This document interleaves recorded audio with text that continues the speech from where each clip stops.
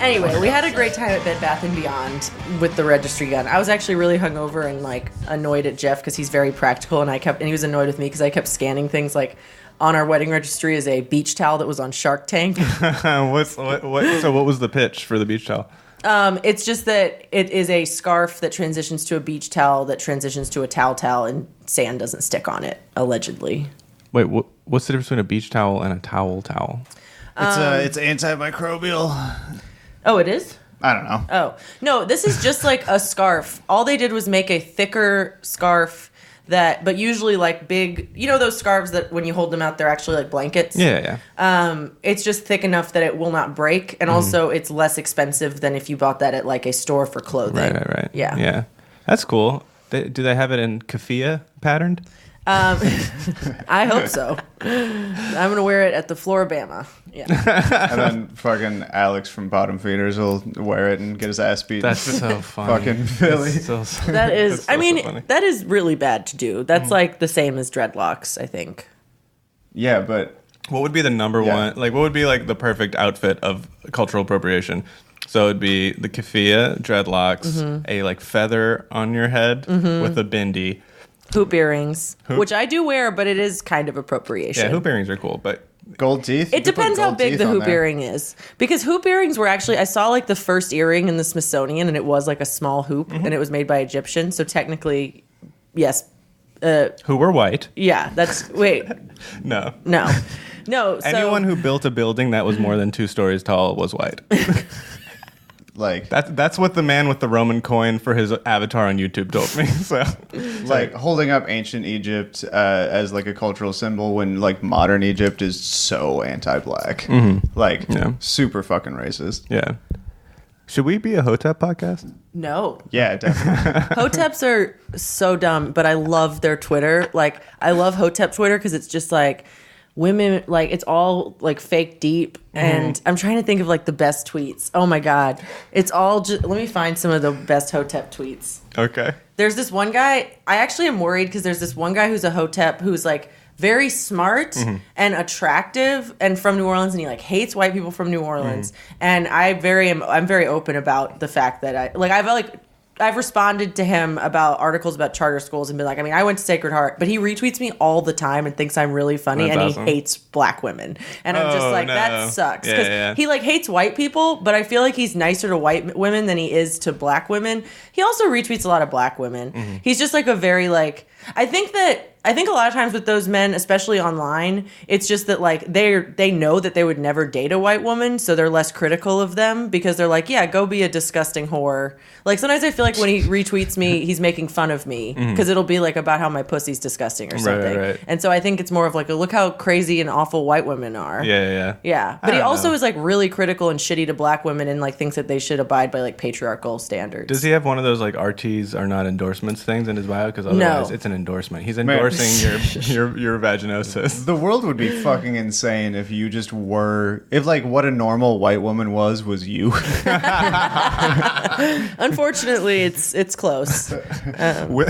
Women. Oh god, I had a. If there were just engineers, like walk. Oh man, that would be bad. I like, you know how like you'll be like on the toilet and you'll think of something and you're like, that was, someone has definitely said that 100 times on Twitter, and it was Susan B. Anthony, more like women be shopping. Anyway, that makes me laugh. Yeah. I think I have actually seen that exact thing. Did you ever tweet that? No, okay. No, because I checked. There was like 15. You could go with Susan B. Shopping too. Yeah, that's true. Did you make a Bloody Mary and a pineapple? Yeah, he's double fisting. Yeah. Oh damn! So I'm a fucking genius. This is the summer drink though. I would normally have tequila in this, but pineapple with a little bit of ginger ale. Ooh. And tequila. This is vodka. But yeah. But with tequila and maybe like some habanero magic in there, that'd be really good. Yeah, the spicy tequila shit. Yeah. Fuck yeah, that would. Have you had ghost tequila? It's like it's spicy tequila shit. Jeff's friend makes it. I love it. Yeah, it's good. It's every really time I good. go to Told My Limit, that's what I drink. It is delicious. I mean, not Told My Limit. OK Bar, whatever. This didn't happen to me, but it happened to Luke got made fun of for being a hipster for ordering a PBR there, and he was like, "I'm just." Oh my trying to God! get a Shut the fucking- fuck up. By the This is- bartender. are you sure Yeah, this this is is- okay bar. It's so hacky to like call anything any specific product that someone consumes that's not like part of an overall aesthetic. Like, it's so stupid and hacky to be like, oh, hipster. Like, and I used to kombucha before it was like popular, and I now drink it every day, and Claire doesn't drink it. I didn't know she was, or no, I did know. I was like making fun of her, and I was characterizing her as like a hipster, like kombucha drinker or something.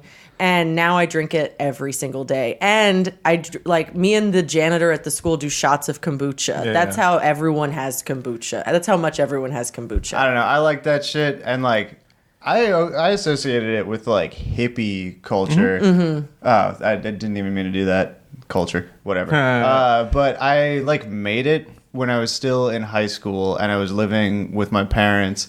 And my dad knew who I was already, so he just did not believe that it wasn't some kind of drugs. Right. Yeah, I was like, no, I swear to God, this is not drugs. It's just a weird. drugs for your I'm just gut. growing a brain in the dark.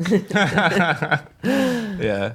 Kombucha is like carbonated piss, but in a good way. It's delicious. Yeah. I love it. I used to hate it and make fun of it, and then I drank it like 2 more times, and I was Yeah. like, never mind, this is the best thing in the world. Like, nothing really helps a hangover other than going to sleep, but kombucha like makes me feel like I'm helping my body. Yeah. I think pranks are dumb, but if someone hasn't had kombucha before, you can always convince them to shake it up, and it'll just explode, and it works every time. It does smell like dirty feet. It also looks like because it's unfiltered, it looks like something that needs to be shaken. Yeah. Yeah. I'm okay with dirty feet though. So Ugh, I hate the Yeah. smell of dirty feet. I mean, I'm disgusting. Wait, what was I going to talk about? I had my first shift in a long time at the bar studio today, and it was like immediately the gauntlet of just horrible people. Yeah. Like, and I wasn't even hungover. I'm just talking to not just to talk, but I did want to complain about this. I walk in and the lights are still off, but there's a 7:15 a.m. class on a Saturday that like the front desk is not required for. But there was this old lady who was already there for an 8:30 class at like 7:59, and the first thing she says when the fucking lights in the building are still off, she's like, "I need to make a return. I paid cash," and I was just like, "Oh God!" And because we still close, What was she returning? an $80 sweater. Had she worn it? No, it was, she bought it 2 days before without trying it on. A lot of people will buy stuff without trying it on because they're sweaty.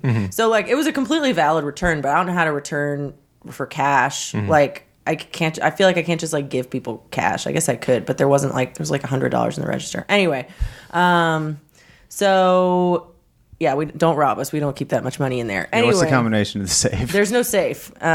Do rob us. But anyway, also one dude who was dressed, I swear to God, he was like up all night as a line cook. Like he was wearing like a dirty black t-shirt, dirty black shorts.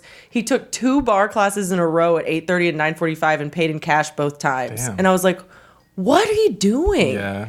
But I mean, he wasn't creepy. I think he knew one of the instructors, but he stayed after. So he spent $46. I don't know. He must have been having a rough time. Yeah. Yeah. Sometimes you just have to like do something that makes you feel like you're turning your life around. Yeah. Like, I think he was like, I'm going to live in this bar studio. Yeah. That happened with another guy who was chain smoking, still drunk, clearly coked up. And he showed up at the bar studio at 8:30 and was like, I'd like to take class. I used to do ballet. And I was like, who the fuck are you? Yeah. And he wore like boxers. Yeah. Like he took off his shorts and was wearing like athletic clothes, but it had like a little sack for his stupid dick. And it was just flopping around. You think he was on meth? That seems like a meth kind of thing. I don't know. Like, He just seemed like the most LA person I've ever met. Like he talked to me in like a really white savory way. He was like, yeah, I was just trying to help my cab driver. He got pulled over and like I speak a little Spanish, so I was trying to like help translate. But like it was like a traffic offense. Like the guy's fine. He was not being like arrested by the police. Right. Anyway, it was Yeah. it was a lot. I just feel like people that are Maybe he was on meth. up and enthusiastic in the morning about like exercise and they're smoking are probably still Probably on meth. drugs. I Yeah. just assumed it was cocaine because he had a real cocaine energy. It could be coke too. Yeah. Yeah. I just feel like you run out of coke, but like you don't want to exercise by the morning. Like if you're still on coke. Right. Depends on how much money you have. Yeah, that's true. I've never had It enough depends on money when for you that much. start doing coke. I mean, if he had slept until 10 p.m. and then like started doing coke at 1 a.m, then he's still feeling good. I suppose. I mean, if he's got enough coke. Yeah. Did you get the drugs that you were looking for? Okay. Yeah. Well, what is different about these drugs that you cannot speak about them, whereas you talk about all of your drugs on the podcast? Oh, I mean, I don't know. It's just not an interesting story at all, basically. Well, I mean, yeah, I'm not. But I am trying to buy a bunch of shrooms tomorrow or today. I want shrooms. I have so much time off work. Let's do shrooms during the day. Yeah. So excited. You want to take shrooms and go to the pool with me? Yes. Oh, fuck. No, I'm too scared of the cool teens that work there. Wait, do cool teens work at the pool? Yeah, they're awesome. They're so they're nice cool. to me. They call me ma'am because I'm old. Yeah, they're really nice. I think they have to because they're at work. Also. Yeah, but they're also really nice. Like, they're like nice children. They don't think they're like cool and professional. I actually tweeted at Nord that they have a good staff because I'm 50 years old. Yeah. But also, I've been there a bunch already this summer, and like they have way more staff because like they have so many. It actually is like it shouldn't have to be a stressful job. It should be the easiest job ever. They should get stoned teenagers and a bunch of them to hang out at the pool and make everyone feel safe, which is what they're doing this year. Right. But before, it would be like not enough, so they couldn't be high, but they probably were. And then they actually have to like look over an Olympic-sized fucking swimming pool and make sure no one drowns. Yeah. Which is like not a job that you should give to teenagers, really. But yeah, this year they got enough people, so it's just good times. They're letting us jump in, which is nice. Oh, they weren't doing that before? You can't dive. Yeah, but you can jump. But you can jump. Last year you couldn't jump in, so fucking cannonballs and shit.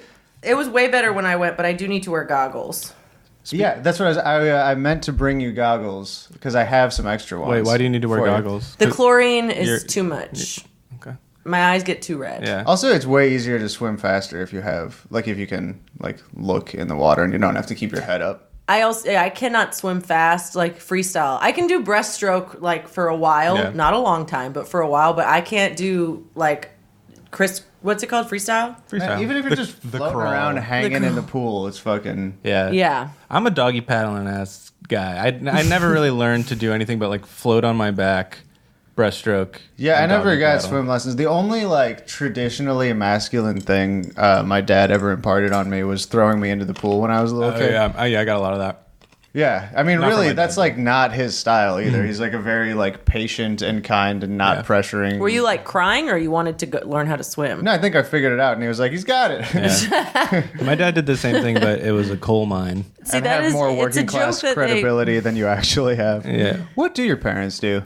My dad is an insurance agent who was a lawyer, and he didn't like it, so he became an insurance agent. He wasn't disbarred. I just assumed that he had gotten like disgraced and disbarred, but that's not actually what because he happened. didn't feed Joel properly. You're really, you'll never forget that. No, I'm sorry. I think that's like the worst thing that you can do as a parent. I think it's worse than physically abusing your kids if you only do that occasionally, because I just think that like food is so important to me. I mean, I made it. It's how you show love. And then my mom was an RN who eventually became like a regulator, a nursing regulator. So she works for the board of nursing, or worked for the board of nursing. Now she's retired. Cool. That's a hard ass job.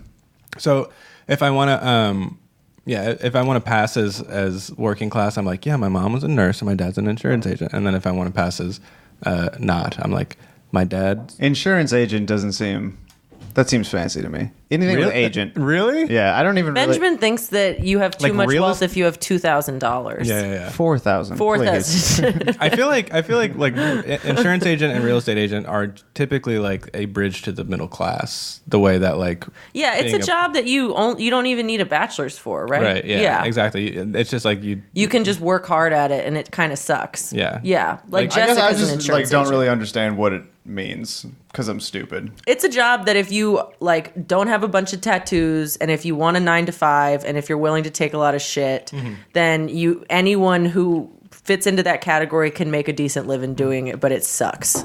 right. Yeah. Yeah. Have you seen American Beauty? Yeah, I fucking hate that movie. Annette Bening in that movie is an insurance agent. Oh, okay, yeah. I mean, I'm sorry, a real estate agent. But also, I was gonna. All right, that's a different thing, right? What's a different thing?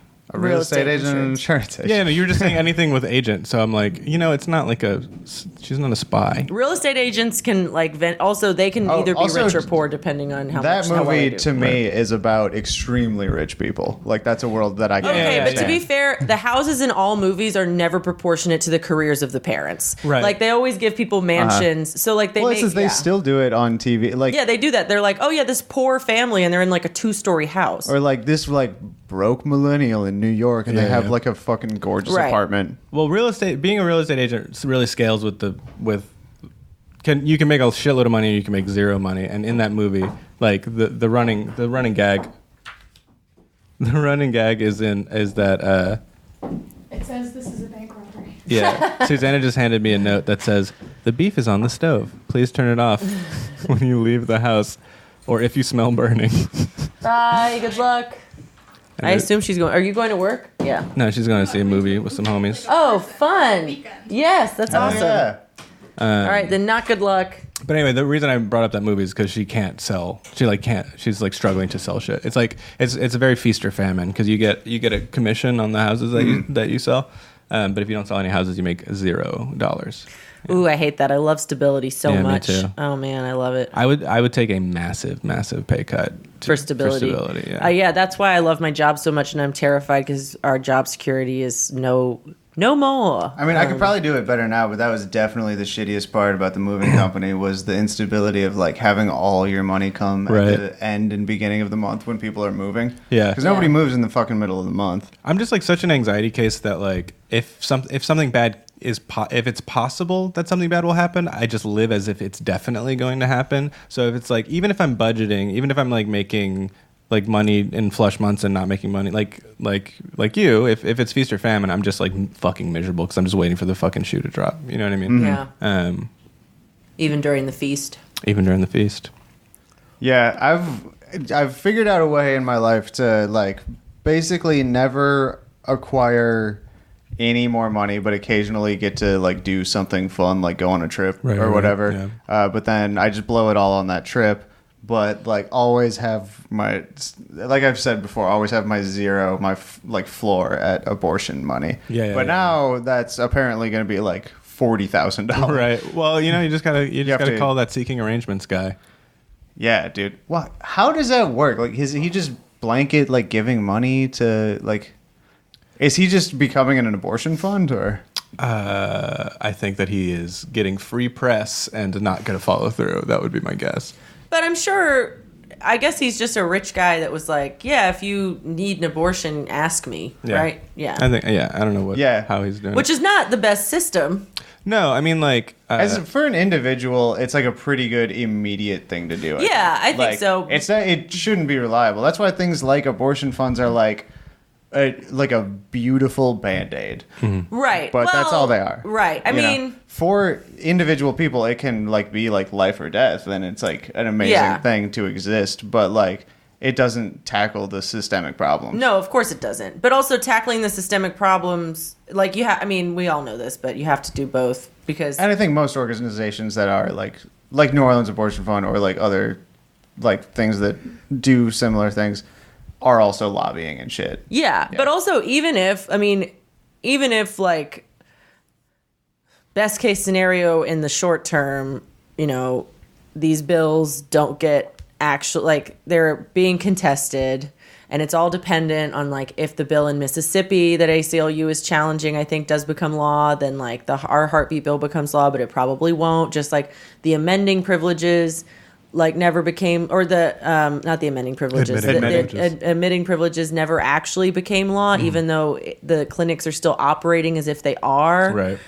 It's all very confusing and stupid, and it's all like, but best case scenario, like not a lot happens quickly and like abortion goes back to where it was. It's going to be so fucking long till they're affordable. And like before, like during a less virulently right-wing anti-abortion time, even though it still was like a little bit more quietly, like a less organized front was happening. Like it was still very necessary because it's going to be a long ass time till we don't need the Band-Aid of making abortions affordable. And now they're providing like travel and shit. And like, but we used to have not enough, but we used to have abortion clinics in like the major cities in Louisiana. Right. Now we have like, I think, what do we have, like two? Yeah. So, yeah, I mean, Louisiana is it's not big compared to most states, but it takes many hours to get from one side to the other. I mean, it's big compared to any state on the East Coast. Right. Like, Yeah. it's fucking. I mean, I don't know. I literally could put 3 states on a map right now if you gave me and told me to color it like a 4th grader. I really struggle with Geography. the West. Yeah, me too. Yeah. I really struggle. If you gave me a map, I could do all the states right now. I couldn't. I'm so proud of you. I know.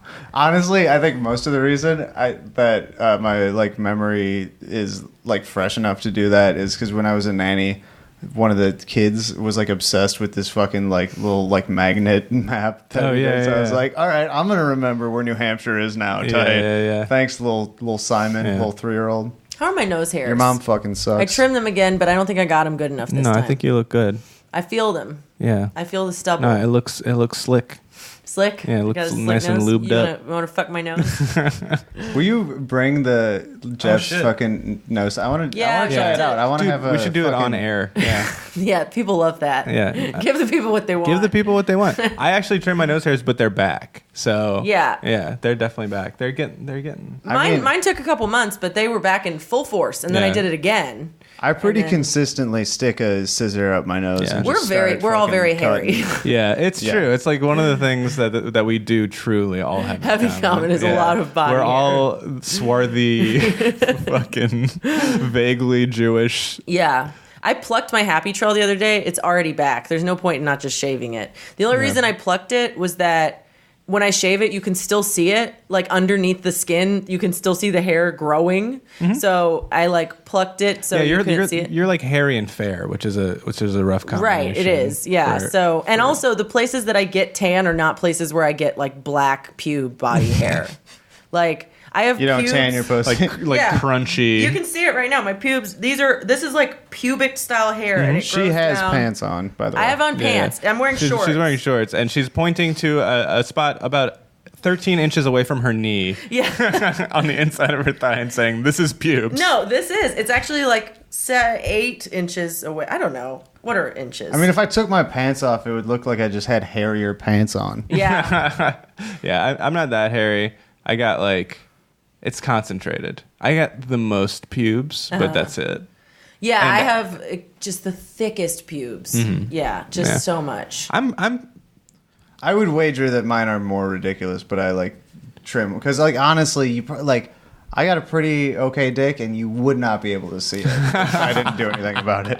flaccid or erect or both. I don't know. Flaccid, I have a clitoris, and erect, it's the size of me, so it's 4 foot 8 inches. I was talking to one of the 4.5 people who listen to the podcast, and she was like, Is it that she was the like, people with 4.5 inch dicks that listen to the podcast? no, Our but little dick gang was out there. Shout out to everyone with she a was little like, ass cock. you and Benjamin talking about being growers like you're the most oppressed people on the planet. Who was it? You can't say. Oh, well, yeah, I just don't want to put her on blast, but it was funny. Because it's embarrassing to listen to our podcast. Exactly. Yeah. I'm with you. Did you listen to this week's episode? 'Cause With I Jeff don't- D? did No, I- but- did I include the part where I said that he should be ashamed of him? You should only be ashamed of yourself if you listen to the podcast. Yes, I didn't listen to it, but Han messaged me about the stuff. I feel like he would be comfortable with me. We had a good conversation. I was deeply hungover, so Yeah. he spoke. I mean, it was via Facebook Messenger, but he spoke a lot more eloquently than I did. But he took some. He offered perspective on my view of like the messaging being tighter. Oh yeah, cool. Yeah, and it was basically like, no, you can't really say women's rights without excluding people. And as Benjamin pointed out off air, and as other like trans men have pointed out online, and like obviously, like of course, this is something where you need to acknowledge trans men in the debate. And just I do think that he had a good point. He was like, the messaging shouldn't be women's rights or human rights. It should be reproductive rights or human rights. And I think reproductive rights is fantastic. I think and that's plenty good. succinct. Yeah, it's plenty succinct, and Yeah. I think we can say reproductive rights, but I just don't like uterus havers or menstruators. I'm just like there. If you have to refer to, honestly, I'd so much rather just say women and trans men, like cis women Yeah. and trans men, that's also succinct to me. Like, it's just being like, I just feel like saying uterus havers is so dishonest in its like sterility. Yeah. Like, I just think it's like, you can just say exactly what you mean instead. Yeah, I think that's, but yeah, no, I definitely. It also brings sort of like an awkward attention to the physicality of a person. Yeah, to, like, yeah. describe them so like clinically and biologically. Right. Yeah. Yeah, I think like, Also, let's just get Han on the podcast. Yeah. he should do the pod. As Yeah, a- why haven't we asked Han yet? We should do that. I mean, if he listens. Yeah, he listens to all like right. every episode. Oh, dude. He come will on. hear this. Yeah. But yeah, and we had like more conversation. I mean, he liked the episode. So, Yeah, but okay, it cool. was a nice it was a call in. Yeah. We Yeah. got to get that voicemail bag up.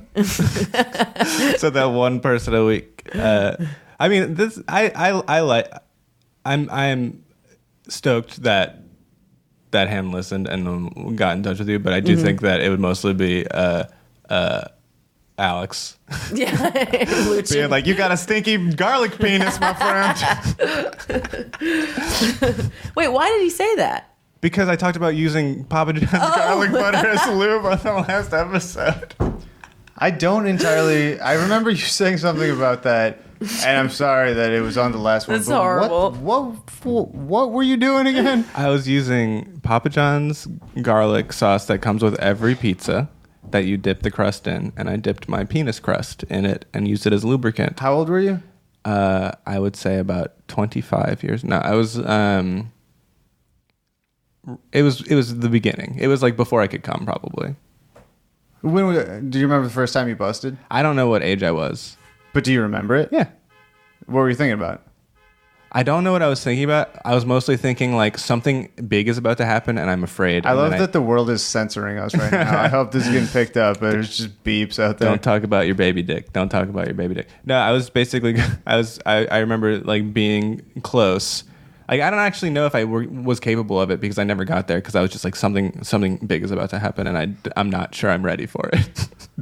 And and like it was like the sensation was extreme to an extent that I was like, I don't know if the next thing is going to be really good or really, really bad. So I just didn't. So, yeah. I mean, little death, dude. It's kind of scary. It seems like you might die. Well, no, definitely. And like one thing is funny. Wait, but okay. So were you purposefully making your parents order No, Papa John's because you were like, I want that garlic No, butter? it was. I mean, I'm sure I would have figured out that like vegetable oil exists if that hadn't. It was just like, oh, this is kind of slick. There wasn't even any like lotion. I put it in the freezer. Oh, smart boy. Yeah. Okay. No, it was yeah. I mean, I got there. I used lotion. Like my mom. My mom, ever the Saint Bernard lass. Every time, like she eventually was. That's a place in New Orleans for everyone who doesn't Yeah. listen from New Orleans. He's not calling his mom a dog. Yeah. But yeah, she Ever the bitch. My mother. she would eventually, late in her career, she was traveling a lot for conferences and shit. And every hotel she went to, she stole dozens and dozens of tiny bottles of lotion and shampoo and shit. Like, you know, like how like every time they come in and clean your room, they like check to see. I don't know. if you- I always steal that. Yeah. Shit. I always steal like a towel. So too. she made 100% sure that every time they came in, she had like they thought she had used every single bottle. So she would come back with just bottles and bottles and bottles and bottles. And so that was my like stash of lube was lotion was like hotel lotion for a really long time. Yeah. I was doing a comedy festival and it was like me and two other comics like in the hotel room, and we ran out of toilet paper, and like I went to the front desk and I like asked them for more toilet paper, and they were like, we supplied your room with enough. Like they just did not believe that we weren't like stealing it. And I was like, I guess we just take a lot of shits and Yeah. I don't know, Yeah. We drank a lot of beer and it comes out somehow a little bit at a time. right. Yeah. Did you put stuff in it, or you just went straight for the juice? I put celery salt, but I didn't see any other spices that I would have liked in it. Oh, okay. I threw No Worcestershire? Oh, where was the Worcestershire? It's on the counter. All right. Wait, I'll be quick. Just drink it. It's fine. Okay. Yeah. You're like, stop leaving. Yeah. I wish I'd. Benjamin's making me talk about everything I've ever used as lube. So My headphones are getting all. Yeah. I could talk about everything I've ever fucked that's myself with at home. Like, do it. Go. Phallic things in the refrigerator. Okay. Like Things you've said on this Zucchini. podcast. Hairbrushes. Yeah. The bottoms of The hairbrushes. handle part. Yeah. Remote controls. Let's see, what else? I think that might be Wait, no, I'm sorry. remote You're bearing the lead. controls. Remote controls. Did the buttons hurt? I mean, I was like a baby, so I didn't get it in that far, but I tried to put a remote control in my How pussy. old were you? I was probably like 13 or so. That's not a baby. I know, but I mean, sexually. I mean, I had sex when I was 14. I mean, a baby is sexually a baby. Right. But like sexually at 13, it's not like I could have had, like even at 14, it was not, my body was not ready for I have sex. so many questions. Did the remote control ever mysteriously break? All I remember is that I felt guilty that my parents touched the remote control after I'd done that, This is even the though I best cleaned it. Story. What else? I'm just picturing your parents in the other room, like, why are the channels changing? But also, so I thought that there was something wrong with me because I saw all these representations of like when the reason I was doing this was not because I was deriving any sexual pleasure. Mm-hmm. It was because I had only been able to come from like rubbing my like clit on things. Yeah. Like, and so I thought that my body was broken. So I was trying to shove shit in me like, does it work this way? Yeah, and yeah. it never did, and it never will. And it wasn't until I was like in my early 20s that I heard like, I always forget that like 10 years ago, I actually did need to hear all the things that everyone's like tweeting and like that Like 30,000 representation matter shit. Yeah, it did. No, it super does. Yeah. Because on TV, you never see anyone who comes Right. from anything but vaginal penetration. Right. And you don't even realize, and people like are like, oh, well, then you don't have a G spot, which is sort of stupid because you can still come from vaginal penetration, like with the assistance of your clitoris if you can't come just from vaginal penetration. But they make this like binary of like, you either have this body or this body. Wait, go. Yeah. Okay, so we were having sex. Talking about my I think yesterday, and she said, "Do you like me?" And I said yes. Then she said, "Am I pretty?" And I said yes. And then she said, "Am I a genius?" Genius. And then we just laughed. I was like, yeah. First of all, I said yes, and then we just like laughed, and then my dick got soft because I was laughing too hard. That rules. Isn't that really funny? Izzy several times has called me a sex genius. That's nice. I feel like it doesn't take that much mental capacity You've to done a be bit like, about this. keep fucking. Yeah. Yeah. I mean, I don't know. It's Thank you for snitching on me for a bit that I forgot that I did. the standards. Sorry. It's like this. People are constantly pointing out that the standards for men's parenting are really low. It's like every time you see a dude at the grocery store with his kid, everyone's like, Right. Is that Lucy Kay? Like somebody does a bit about that. Yeah. But like bravo, sir, whatever. Like it's the same with sex. Right. You If get so they're- much credit. Right.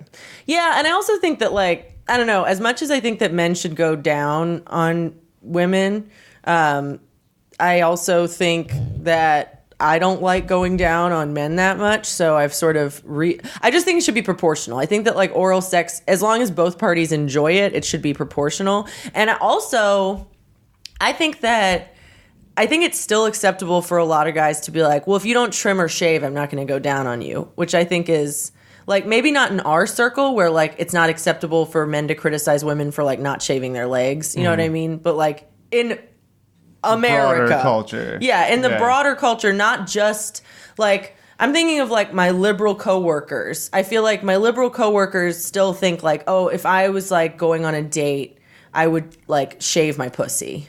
Does that make any sense? Well, okay. So here's what I'll say. I think it's totally. I don't fucking. Someone I don't who has, condemn yeah, anyone for shaving, waxing, doing whatever. right. You know, course not. essential oils or whatever. But it's fucking shitty to be like if you don't. No, it's shitty. I mean, and it's still acceptable. Like guys that I know who are like not massaged. I mean, I don't think that if a guy says that, it's like he's canceled. I mean, I think it's a dick move, Yeah. but it's like you can still be a nice man who's very nice to many, many women. But like, Yeah. but a guy who I know who you know told me that I shouldn't say it because we all know who it is, but was like, yeah, it's just like it's too long. Like he was like it's okay to have hair, but it's like too long. I'm like, what are these arbitrary standards? You don't even have the genitalia that I have. You don't even know what you're talking about. Like all you have to do. I used to do a joke about this, but oh man, I forgot about this. I was like, Open the elevator doors. yeah, but all you have to do is just like move the labia. Yeah. Like don't go in hands free, Right, idiot. yeah. Or ask me. Don't just like put your face. Like what are you doing when you eat pussy? You just like put your hands behind your back and use only your face, like you're bobbing for apples. It's like people who walk through bead curtains face first. Yeah. Like, where you, come on. If you just move, Just move it. There's no Separate it. beads if you move it. I will say I still am really, really bad about having toilet paper in my pussy constantly. It's disgusting. I do think that is worth complaining about. Yeah, it is. It certainly is. I mean, I don't know. I just like people. But also fine. waxes. I mean, you do get stubble at some point during a wax, but I do love a good wax. Mm-hmm. I think I'm gonna get it waxed for my bachelorette party, even though I'm obviously not gonna be fucking. Yeah, Michael's doing the big arms, like maybe you'll fuck your husband's sister, who will be there, or your cousin. Or your best friends from childhood. Wait, something about waxing, making it look like a time before you had pubes, waxing nostalgic. I don't know. There's something That's there, right? that's Yeah, good. That's good. Yeah, I didn't figure out how to say it, but I've been. Wait, No, you should write that is down. a weird thing. That's why I can never get the full wax because it was like, oh my god, this is what my pussy looked like before I had pubes. Yeah. Waxing nostalgic. That's so funny. Yeah. There's a poet named Hannah Gamble who has a line. Oh my god, it can't be. Huh. I feel like I know a Hannah Gamble. Anyway, keep on going. Short, platinum blonde. Nope. Dyed hair. Okay. Nope. There's another horrible Hannah Gamble that's from Shreveport. This lady's not horrible. Fuck you, Hannah. She has I meant to say another horrible, not another horrible. Anyway, go. She just has a line about like looking at her stubbly vagina and being like, it's like a plucked chicken. Yeah. I don't know. It does look like that. And Yeah. especially right after they wax it, it looks so sad. Like, you know, Yeah. after you take the cat to the vet and it won't talk to you or it won't hang out with you. Yeah. It just like scowls at you. It looks so mad. Like it's like really red and irritated and it's like puffy and it bleeds everywhere. Yeah. And they put a bunch of powder on it. What did the vet do? It's like when you shave a cat at the vet and how the cat like looks humiliated. Yeah. Anyway, that's what it looks like when you get your pussy waxed. I think about like if people are like if you owe it to someone to go down on them, I think kind of you do with someone that you're like fucking consistently, like, but you just got to make it enjoyable for the person that's doing it. It's like sort of on you a little bit if that's something you want to make it fucking fun for the other person. Or not even. Yeah. It doesn't even have to be fun. Just like not. It should be fun. Well, what do you mean horrible. make it fun for the other person? Like make sure your pussy's like clean. Just fill it with. No. You got to not- fill it with Jolly Ranchers. No, more of like a vibe thing than anything else. Communication, Yeah. just like figuring out like what you both actually like want to be doing. I just think there are a lot of women who like can only come from that. Yeah. So I think that It's- like if it's all that you can come from, especially if you're with a new person, so like you're gonna be less. I mean, some people. I'm also talking about like a dude getting your cock sucked. Like if you think someone that you're sleeping with consistently like should be going down on you and that's something you fucking want, then like figure out a way to make it enjoyable for them to suck your cock, because otherwise like fuck that. You know? Yeah. And it kind of goes both ways. Obviously, there's like fucking gender dynamics there, but like just, I don't know. Sex should never be obligatory. I think I might actually be a sex genius. I don't think so. I mean, I think that. Oh, I'm certainly not. Can you do a Dr. Ruth impression? I love Dr. Ruth. Whoa, that's weird. We just watched the documentary about her. Did y'all ever jerk off to Dr. Ruth? No. Really? No. Really? No. I didn't know about her. I wasn't allowed to watch The Simpsons. Yeah. So I don't even think I jerked off to like Dr. Ruth while it was on. I think I jerked off thinking about Dr. Ruth because I would go over to my friend's Thinking house. about what she said or thinking about Just the woman? the program, the Okay. show. Yeah, okay. So I had a friend who had like HBO and all the like special, because she was on some weird like one of those like 204 channels. But anyway, I would go over to this kid's house and we would stay up until like 4 a.m. just waiting for something like dirty to be on. and then I would go home the next day and just like beat off to whatever I thought about. Yeah.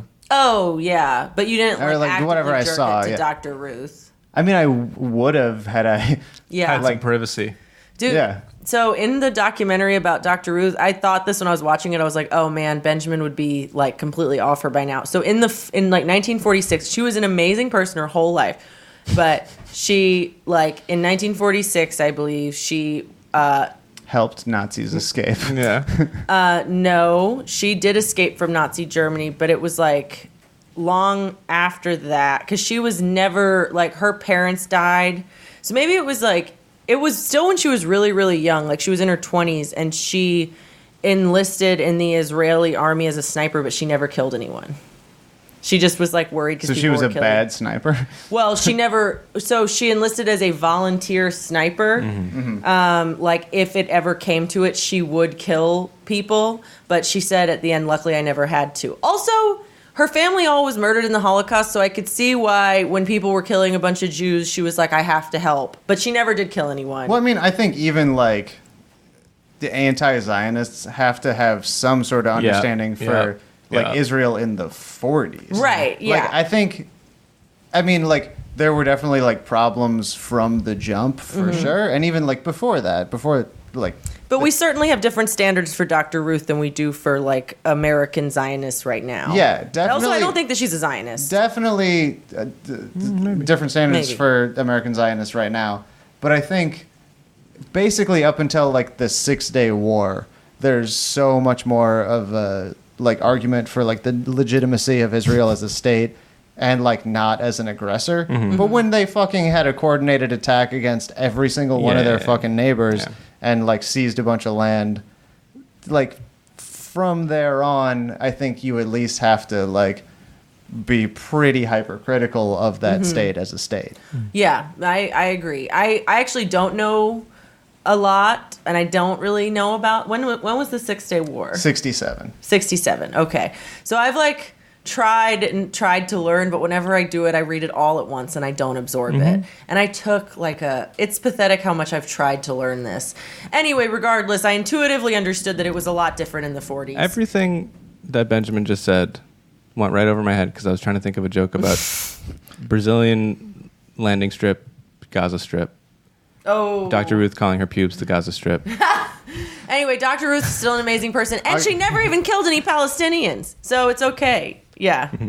A Gaza Strip is when you consider rogue pubes an enemy combatant when they're still far too young. You have no idea how amazing it is. What I've always wanted, like how, and I thought I was like the person to think of this. It's one of those things where you're like, oh, people have been saying this forever, but like I hate sex positivity because it's always still horny. It's like horny and positive, but I like talking about sex in a way that is like I enjoy sex, but it's not super horned up. You know what I mean? Because it's like sex is like obviously a thing that is like supposed to happen in a very, very specific time, but not all discussions of it have to be really weird. And I feel like a lot of sex positive people who are into like, I don't know, a lot of sex positive people, even ones that I really, really like who I want to have sex with, like when they have like a crush on someone, they have to be like, ooh, like I can't explain it, but just like people that act horny all the time piss me off. Well, I'm sorry.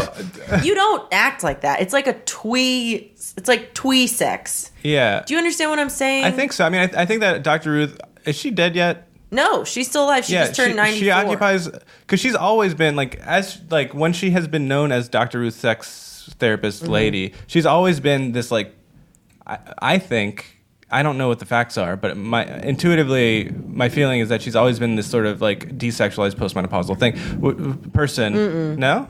Well, in her career, yeah. Yeah, that's all I'm. No, what I'm saying Yeah, is, although she was a like sex therapist before she was a public sex therapist, before she was postmenopausal, Right. she was a sex therapist. Well, no, I mean for sure. I'm just saying that like as a public figure. As a public figure, that's why she was able to do it. That's why she was able to do it. Well, It's she like- said that she was like, I think it's. I can't do a voice. I think it's because it's. Yeah, it's just gonna be a male Jew voice. I think it's because. It's a World of Warcraft gnome voice. Anyway, But she I think it's says because- she's like, I think it's because I'm 4'11" and I'm not gorgeous. Right. Like she said that Yeah, no, herself. And another thing I love is that when she was young, she wasn't gorgeous, but she was really attractive, and it made me realize like being beautiful doesn't matter. Like she fucked so many dudes. She married this like really, she had like an amazing career. She married this guy that was like, I'd fuck him, and they had an amazing marriage. Yeah. And I mean, she married 3 dudes, and At the same time. And no, but the last one stuck, and she like had a great life, and it was the exact same as it would have been if she was like really, really hot. So I'm not saying that like pretty people don't have advantages, but sometimes I like measure my entire worth as a woman by whether or not I'm physically attractive. And I was like, Dr. Ruth could, she got it her whole life. Yeah. By the way, I wasn't like saying it's like Dr. Ruth got famous because she was ugly and sucked. I know. It's just like an interesting thing. Because women at her age are usually like at the age where she became a public figure are usually invisible. Right. And so, like, it's less, like, her being visible is really cool in one way, but also it makes sense because people don't know what to do with them because they're, like, not, if they haven't already become famous but when they're, like, young and hot, and if they're not maintaining the, like, facade of still being young and hot when they're in their 50s, like, women are just like, yeah. I also think culture was at a place with talking about sex where, like, it had to kind of be like funny and novel for anyone to take anything seriously. Like it would have been harder for like. I didn't know this. She was like pro AIDS victims before, like when people thought that they were like murderer, like when people thought that they were fucking zombies. Dr. Ruth was speaking out for gay people. She was speaking out on behalf of. I mean, they make it sound a lot more heroic in the documentary, but it actually was kind of heroic because Dan Rather was like, "You can get this from a petri dish," and she was like, "You're hurting people." Yeah. Like, it was really cool, actually. Anyway, so it wasn't totally... She actually tried to assassinate Ronald Reagan with her sniper skills, but she missed because she just couldn't She hit doesn't anything. talk about politics, and she won't call herself a feminist, and honestly, I respect it a lot. boy. Her dumbass... No, I respect it a lot because Interesting. she's super... Okay. See, I'm a feminist, fine, but I hate the fact that, like, feminists, like, fucking put a gun to your head and they're just like, why don't you want to call yourself a feminist? It's like, why don't you just let my actions and, like, who I am as a person speak for me? Like, the idea that if you don't call yourself a certain word, then you're, like, anti the movement, and if you do call yourself a word that it fucking means anything is so stupid, especially because old-time people, they assign different meanings to the word feminist, and that does not make them less feminist just because they don't want to call themselves that. Like, Dr. Ruth is like explicitly pro-abortion, like explicitly anti-candidate, like political candidates that are not pro-abortion. She's been explicitly pro-gay people before the left was, like, publicly. I think there's a thing with like people calling themselves a feminist or not calling themselves a feminist, like whatever specific label people are like shunning or accepting, where everything has become so individualized that it's like, are you individually this thing? Do you identify with it? Is it part of who you are? Not, are you connected to this movement. larger movement? Right. And that's like, those are two different things that get conflated all the time. My hang up is I agree, but that's not really what I was talking about. my hang up is that like My bad. when No, it's you okay, but I do agree. when you like don't adopt a label because you feel like people are holding a gun to your head and saying like do it or die or whatever, you're letting like an extremely vocal stupid minority dictate like who's in or who's out. Like, for example, like I like call myself a leftist and I think that I'm like pro social justice or whatever, and people I'm sure there are lots of people who would be like, no fuck you, you're not Right, perfect. right. And like the idea of me being like, I'm not a leftist because leftists are these people who hold a gun to your head. It's just Right. like it's No, but it's a that's the opposite self-fulfilling- of what I'm saying. Like, what I'm saying is, like, she just doesn't like the word feminist because she doesn't like feminists. Like, she thinks that feminists are anti-men. But right, well, so But, like, she's 94. Who cares? No. I'm just saying, like in general, like if Her dumb granddaughter in the thing was like, why don't you call yourself a feminist, Grandma? And I was just like, shut up. You didn't do anything. I just like to be You like ain't no Dr. Oz. her saying Yeah, you were just born, her bitch. saying like like age stuff aside, her saying like I'm not a feminist, I don't like feminists, is like me saying I don't like social justice warriors, therefore I don't care about social justice. Right, exactly. Okay, now I see exactly what you're saying. Yeah. You were saying that, okay. I see what both of y'all are saying and why it does actually make sense, but I also do think that, like, Erykah Badu won't call herself a feminist either. Like, that's ridiculous to be like... She also defended Hitler and Bill Cosby in the same fucking This was interview. before that. This was before that. I love her. I think she's amazing, but she she just doesn't give a fuck what anyone thinks. And like, honestly, nobody should be asking Erykah Badu a question that isn't about like what clouds feel. Yeah. Yeah, I just think that like there are so many people. I mean, I hate whatever. Before, I wish that like I had articulated this before the idea of like canceling someone existed, because I knew that there was something wrong with the fact that as soon as someone like did a bad interview, everyone was like, they're finished. There is something wrong with that. There is something wrong with the fact that you can say one bad thing that's not like overtly like white supremacist or like something, just if it's like, even if it's liking someone, even if it's supporting someone that did a bad thing that isn't Hitler. But I don't know, if you're a black woman, like clearly you don't like Hitler, for God's sakes. Yeah. Like, I don't know. It's like everything should be taken into context, and everyone's just so fucking gleeful to just get mad at someone for one sentence all the time, and or like one word they won't call themselves. Although, like, I mean, I relate to this feeling that you're articulating, but also, like, can you think of someone who just like got completely dunked on and canceled for saying like one thing that wasn't like Hitler had some interesting ideas? I mean, I think that Erykah Badu... Not to put you on the spot. I think Erykah Badu getting canceled is kind of stupid, even though what she said was bad. I didn't know she was canceled, but keep going. Well, she just, like, clearly occupies a space that, like, doesn't have anything to do with this conversation. Right. That it somehow just worked. See, Twitter's ruined my brain because it makes me think that anyone else even read that interview. Right, yeah. So, yeah, you're right. My whole point is actually... And I'm not saying, like... You're right, my whole point's mute. I'm just actually saying that. I'm saying, like, no, it is... Yeah, because it doesn't really matter offline. And, like, there's not... Relative to the population of this country, not a lot of people are on Twitter. Yeah. And the people that aren't using it all the time. Yeah. I hate Twitter. I think that, like, when you're peeing. Oh, no, I was going to go make more drinks. Does anyone want some more? Let's all go. Yeah, we can't all... Let's pause. Yeah. I don't know. People throw around genius in a like pretty dumb way in culture, but like people who rise to except for Susanna, who is a genius, who is a genius, who is a genius, and myself, a sexual genius. A sex genius. Yeah.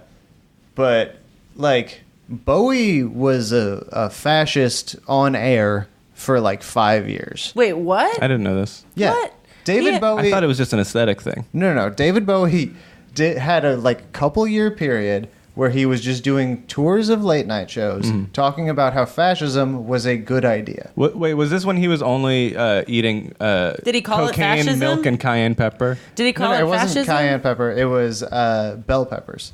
Oh, okay. Yeah, no, he was like an open fascist. That's so interesting. But then he ended up doing a bunch of like cool like anti-racist shit afterwards. David Bowie's like a complicated person, but by like what I'm saying with this is some people that get to that level have a 5-year period or a 10-year period where they just fucking lose their minds and they can come back. Yeah. And I think people like lack that perspective, even though there are so many examples of artists who have done things like that. Yeah. Like there's a chance that eventually like people will just turn it around. Yeah. Yeah. Wait, tell me about your experiment with 2 days in a row of 2 days in a row of being sober. Oh, this week? Yeah. It was nice. So what was it? So it was basically Monday, Tuesday. Yeah, Monday, Tuesday. That's sober, it.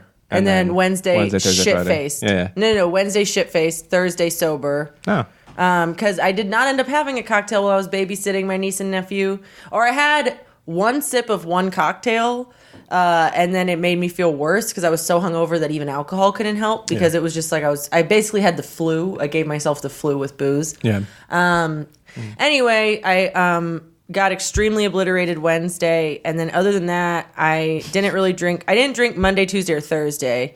And then I drank on last night, but I only had 4 glasses of wine, which is not bad. That's not bad. You have not been experimenting with sobriety at all. No, but I did remember to start microdosing shrooms again. Oh, hell yeah. And, no, what's your question? I was just going to say, what is your average alcohol consumption on a given night? I don't know, because like if I make myself a drink, it's probably, or honestly, quadruple. if you get like a cocktail in New Orleans, you're drinking like 5 times. No, you're not. You're drinking drinking 1.5 to 2. Yep. Because if it was 5, it'd be bigger than the size that it is. 1.5 to... people pour some weak-ass drinks other places. Yeah, I understand. Honestly, like 3. Every time I go to a think bar, 3. every time I go to the bar and they use 3 a at some jigger bars. to measure out 1.5 At ounces, the John, I'm like, you're "Fuck you, getting why am I 3 here to at a bar?" 4 times as much. Yeah, if you yeah. go to the John, every drink you get, That's why it's called the John. yeah, Because you they get treat you yourself as fucking a shit-faced. toilet for alcohol. and the drinks are so cheap that they don't even care how many you buy. They just want to give you one and fucking get rid of you. Yeah. God. The reason I bring up your vacation from alcohol and your microdosing is that last week's episode, I said I was going to take weekdays off from drinking. And then Monday I drank. But then Tuesday through Friday, didn't drink, right? And Nice. then Wednesday, had the shakes. Ooh, how bad? Not bad. It was just like Susanna was like, You have the shakes. you have the shakes. Like I was eating a sandwich at Cake Cafe. Did you crave alcohol? Yes, but it wasn't bad. And then Were you bored? no, I felt horrible the first day that I hadn't drank the night before. I was like so basically like Tuesday night I didn't drink. Wednesday I was like expecting to feel awesome and I felt like shit. And then Thursday I felt pretty good. Friday I felt awesome in the morning and then I had a panic attack in the afternoon. I was just like, okay. Yeah. So it's like I can kind of see Right. why I drink. Right. Were you overcome with emotional reactions to the world around you? Yes, 'Cause, like, actually. I feel like that's like a lot of the reason people drink habitually is because it's pretty hard to stomach the world without like full on freaking out. I agree. Especially like for like because I mean there's like a bunch of different like flavors of alcoholism, Yeah. but the kind that you and I probably I think we all have the definitely same kind of alcoholism. yeah, where it's if we think about reality for too long, it becomes unbearable unless there's some sort of like deafening agent to it. Yeah, Friday morning. Yeah, basically we're all too sensitive and empathetic, and we're too good of people. Is I think the reason that we drink. Like Friday morning, I was in my little office. I do this thing in the mornings where I don't look at my phone, so I just like was completely off the grid and shit. And I was like sitting at my desk and I was reading, and then I put down my book. And I thought about writing a thank you note to someone for hosting me, and I started crying. I'm never gonna write that thank you note. It's like I never ever am gonna write it. It's just like I was just like writing it in my head, and I was like, oh man, I'm so grateful, and I like cried. And then, Aw, that's so and then in the sweet. afternoon, I was like, if I don't have a drink, I will die. so that was my 4-day experiment. I mean, I think Maybe we should all try as a pod to not drink during the week. Benjamin is on the record several episodes ago being like, if we try to sober up, it's going to be the worst podcast imaginable. During the week, not when we do the podcast. Yeah. And then we'll get drunker No, faster. but Benjamin hates when people talk about sobriety. Don't I you? love it. Yeah, me too. I love it. Yeah. I mean, there's certain ways. I think like some people obsess over it Yeah. in like a way that's probably unhealthy. But who the fuck am I? I don't know. You know what people hate? What? People hate when I talk about how I'm an alcoholic very candidly without any plans on quitting alcohol. Oh, yeah. They hate it. But I'm not doing it, at least, I guess that I understand that like when people are like, I have this problem, I'm not going to do anything but listen to me. Right. But I'm not saying help me. I'm not saying I need help. I'm just Right. saying like, You're I'm not- definitely you're going to not die asking for younger. support. No, but also like I understand that like the main problem with the way that I drink, other than like things that affect me, like for the most part now I've gotten it to the point where like it doesn't really affect other people that much. It like is hurting myself. Yeah. And like I don't complain like about what I did or what other people did that much. Do I? No, you mostly complain about being hungover and wanting to kill yourself. Right. And like I understand that So like you complain about other people a lot, but it's funny. no, but like not in terms of my drinking. No, yeah. Oh, yeah, no. Yeah. Like in terms of my drinking, I feel like it's very much I'm hurting myself and possibly things in like a professional or romantic environment subtly. Like I think I'd be a much better worker like if I was sober. Obviously, I'm so much better at my job when I'm sober. Yeah. And I'm better at comedy, but like all those things are things that are part of my life, not really part of anyone. You know what I mean? Anyway, but people still hate it when you talk about it. And I also hate when people are like, I'm such a victim. But I'm like, I'm not a victim. I'm making this choice. I just know I'm going to live. Like when people talk about like making it to 70, I'll be like, oh, I know I won't make it to 70 because I'm an alcoholic and I'm never going to quit. They're just like, okay. Like it's very awkward for them. No, I mean, I understand that. I have and I think Benjamin has this too. Correct me if I'm wrong, but like this thing where like if someone tells me about a problem but doesn't let me support them in any way and doesn't let me contribute to the solution, then it's just like, oh great, now I have this additional problem. Right. Like I don't have any boundaries between other people's problems and my problem. Yeah. And like I don't, right? Yeah, Benjamin's nodding. Like, and I don't feel that way when you talk about it, because it's like when you talk about your alcoholism, there is a self-awareness to it, and like I feel like you're like You've taken the responsibility. Right, it's my problem. Yeah, you own it. Yeah, I mean, and also just like I think that you, even though you say like, oh, I'm never gonna quit, or like I'm gonna die young or whatever, you also like are curious about harm reduction and curious about that, like you've been like recovery adjacent a couple of times, and it's just like I think that I don't really worry about you the way that I worry about people who are like raging alcoholics and blame everyone else for their problems. And do you know what I mean? Like, yeah, I think that all of us, I mean, I think that is like a functional alcoholic isn't just someone who, a truly functional alcoholic is someone where it's like more of an like it's like more of a health illness than it is a mental, social, you know what I mean? Like it's like it's hurting our bodies. Right. I mean, this is why like people in AA smoke constantly. Right. It's not about like lengthening their lifespan. It's about ruining their lives. It's about ruining their lives. It's about like experiencing their lives rather than forgetting all of it. You know what I mean? It's just like it's like a much more. I don't know. It's interesting. It's like to me. heroin. It's like the way alcoholism is the way that heroin is portrayed a lot. But people are just. I mean, heroin's just like more vilified, and also there are functional junkies. Right. Heroin's bad. Don't do heroin. No. I mean, the reason heroin is bad is because it's not regulated the way that alcohol. Like, if heroin were regulated the way alcohol were regulated, people would not die left and right. Right. And then we could have a conversation about recovery. But right now, it's just like, if you're gonna die from heroin, it's your fault. We don't want to save you. Well, I'm just saying that the reason heroin's dangerous isn't because opioids are like horrifically more bad than alcohol. It's that. There's no quality control, and so people are like, oh, I'm shooting garbage, so I'm going to shoot a million grams of garbage versus, and then they shoot a million grams of fentanyl, and they're like, oh, see you later. I mean, I do think that like probably the effects of intravenous drugs are like kill you faster than the effects of alcoholism, but if you're doing comparable quantities, but maybe that's just like my own. I mean, I just think that like the distinction in but the quality control is huge, because like if every time we bought alcohol we might be drinking Drano, a lot more people would die. Exactly. Yeah, that's what I'm saying. Yeah. I agree. Yeah, I just thought you might. We just thought you had something to say about heroin. Yeah. Oh no, I mean, just listening. Honestly. Yeah. Oh, is that true? Huh? Yeah. Why is that something that you don't want to talk about? I can cut it. I can cut it if we have this conversation. I don't know. Just it's. Do you feel good? Yes. Yeah, I miss it a lot. Can we please talk about Adderall? I do, but I can't take it now because I'm on my antidepressants.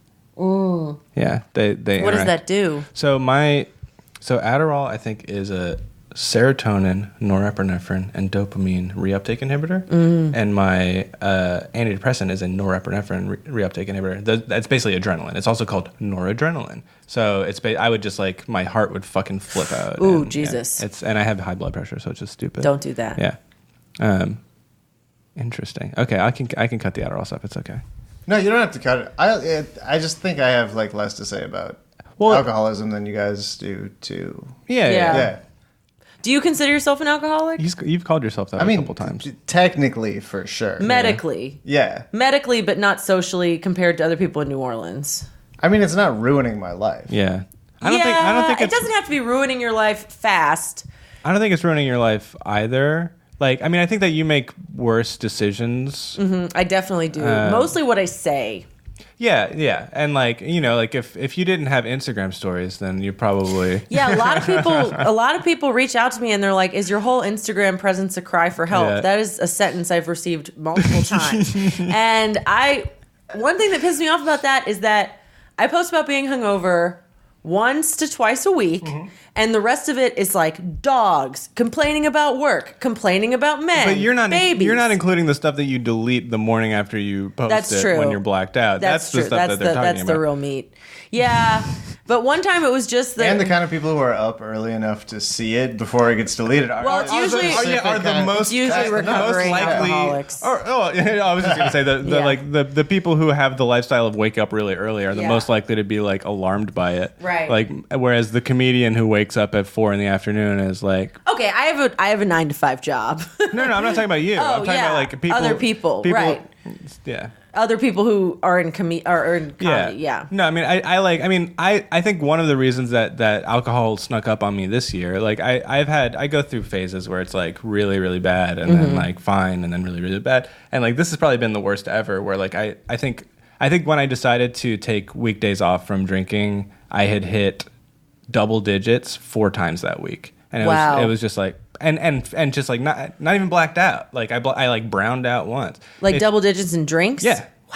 Yeah, and like I bet I do that too, but I don't think about it intentionally. yeah, I mean just like But 4 times is a lot to hit double digits with drinks because Right. I usually have like 6. and it just slowly escalated. I mean, and I remember Susanna telling me I think it was this past Saturday night we had people over for board games or whatever. And like at the end of the night or the next day Susanna was like, you were pretty drunk last night. And I was like, really? Was I like doing anything weird? She's like, no, I could just tell that you were drunk, which means that you were obliterated. Yeah, because usually you can't tell at all. And Yeah. I like, and she informed me about like sex that we had that I did not remember and stuff. So, Oh, dang. yeah.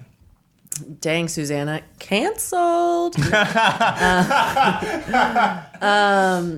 just retroactively consent. I retroactively consent. Wait, I want to find the text when I blacked out at Carrollton Station it was the day school ended. This is the text from Jeff the next day. I texted him from bed.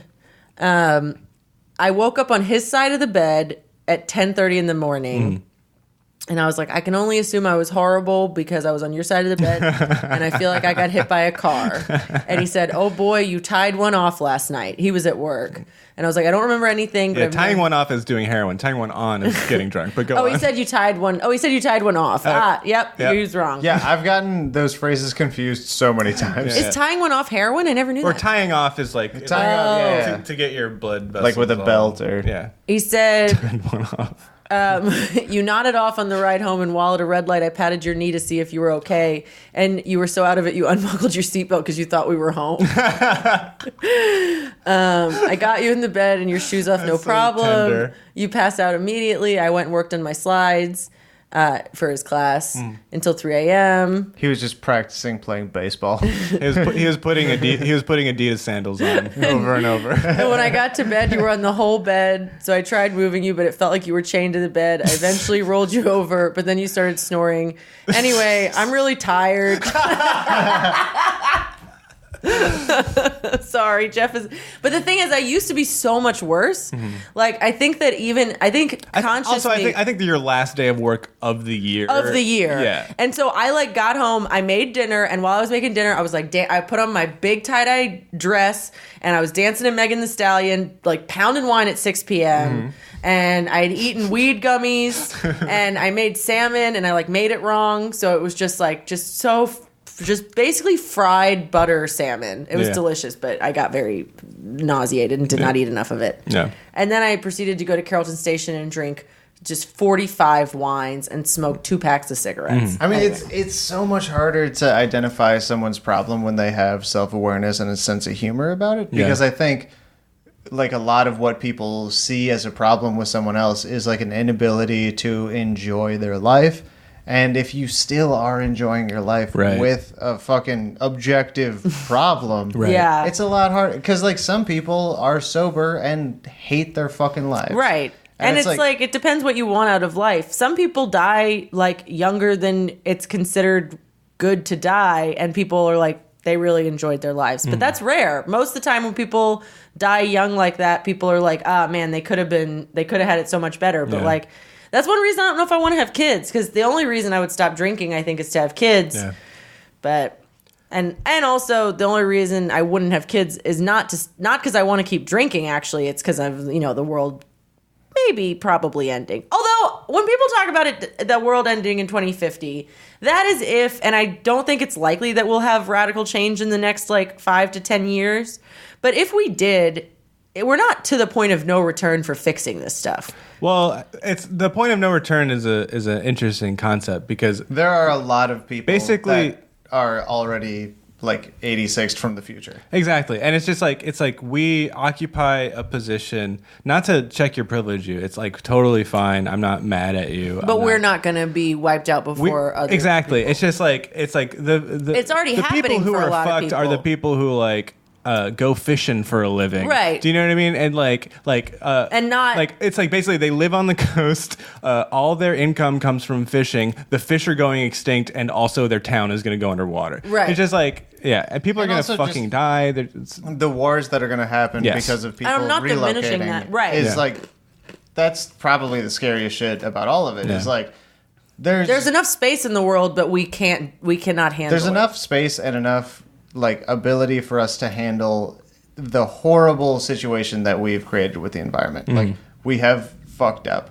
But there are some people who think that the solution to this is like tightening border security And letting the poor people right. die. This is the thing. basically creating like small ethno-states, children of men. Can we shit. talk Yeah. about Elizabeth Warren for just a second? Because this very concept is the turning point for me, where I was like borderline Warren Bernie, and then was like, oh no, like the green military. exactly like The we framing have to get environmental climate change justice under in control, American so imperialism.